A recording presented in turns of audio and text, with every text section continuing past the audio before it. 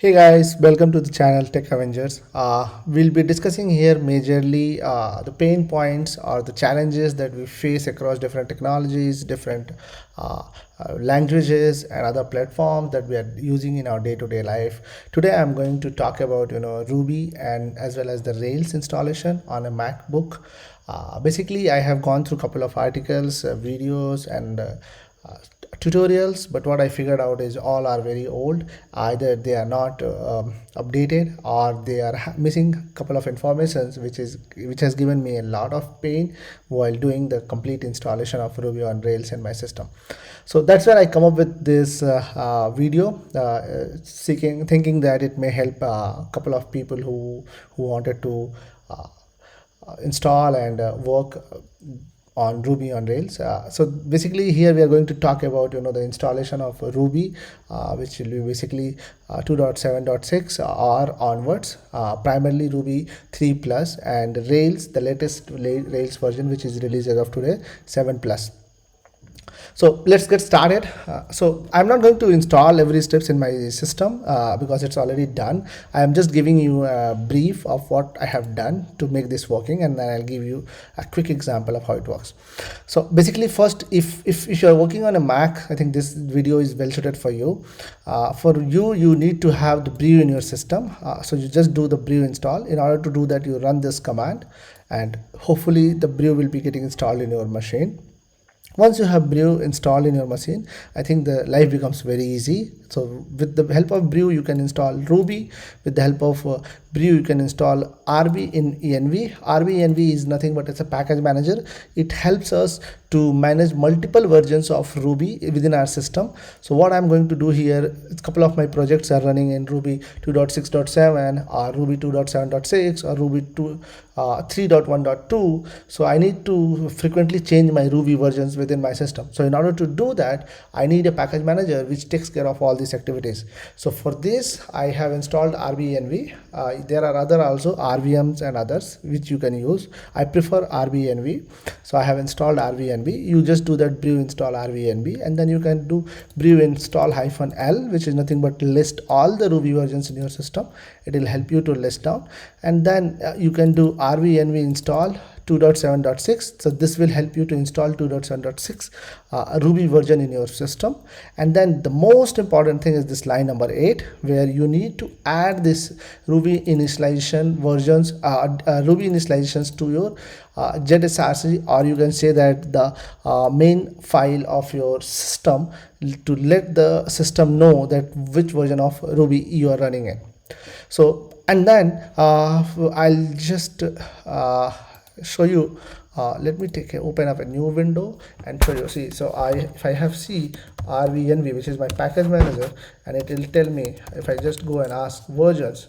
So it will give me there are 3 versions of Ruby which is running in my system: 2.7.6, 3.1.2, and I have set the global version as 3.1.2. so this is the global version of my system. So whenever I go ahead and create anything or write anything in Ruby, this version will be effectively working because I have set rbenv global 3.1.2. so here I am giving an example of 2.7.6. You can choose which based upon your requirement. Now if you wanted to see which exactly version is working, you can just go ahead and do rbenv version, and this will help you to figure out which particular version is currently working in your system. So this 3.1.2, which I discussed earlier, it's the global version. I set it for myself. Now the next important thing is Rails. So Rails, I'll just give you a brief. So see, I basically come from a Java background. I have been working for more than 10-12 years in Java, and then I'm switching back to Rails. So this is pretty new for me, and I hope this video very well suited for all the people who are trying to experiment or trying to work on Ruby on Rails, coming from a Java background. So Java is just a programming language. Similarly here, Ruby is a scripting or dynamic programming language or dynamic scripting language which is built up on top of C, and Rails is a framework which supports the Ruby as a programming language. So similarly, when we talk about Java and so Spring and Hibernate, these are the basically frameworks which support or which flourish the enterprise or scale enterprise level application development. So here Rails is a framework which is very well designed to support majorly for web application development, because it is very well rooted with multiple dependencies. Here we call it as a gem, and those gems are helpful to build a enterprise level web applications. So how to get the Rails in our system? You just run the sudo gem install Rails, and it will bring the Rails in your system. Once you have the Rails in your system, then you're all good. You can just check that if which version of Rails in your system by doing Rails -- version. So see, I have 7.0.3.1 Rails version, and with Groovy version of 3.1.2. Now we are all good to go. So I'll just move to a directory called cd. Let me go to documents. I'll just create I'll just go to the documents directory, then I'll create mkdir, and here I'll create ruby. Let me just put x.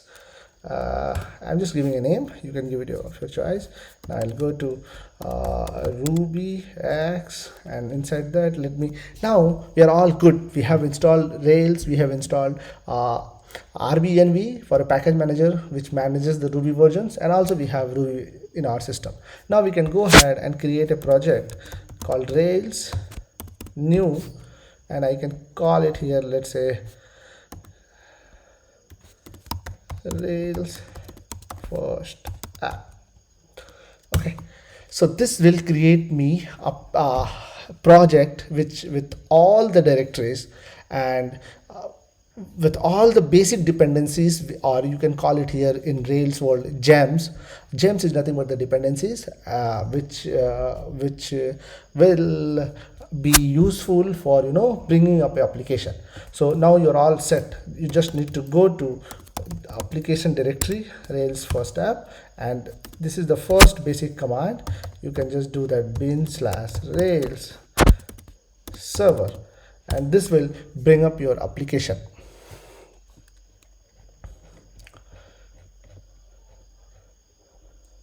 Okay, so I think one of my application is already running.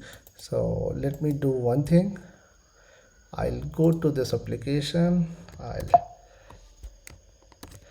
I'll stop this application, and I'm sorry for the trouble. I'll come back here and I'll clear this, and then I'll run this. See, now application is up and running at port number 300. So I'll just go to this and I'll open it, localhost, call it 3000. See, your first application is up and running. Hope you like the video. Please feel free to comment. I'll keep posting you the videos, not in detail of how Rails works, because I know there are 1000+ videos available on the YouTube which steadily talking about how Rails work. I'll be posting the videos which are mainly focused on the pain points of what are the pain points that you have when you are going and working on the Rails framework from a different background coming to a Rails framework. Thank you. Have a good day, guys. Bye.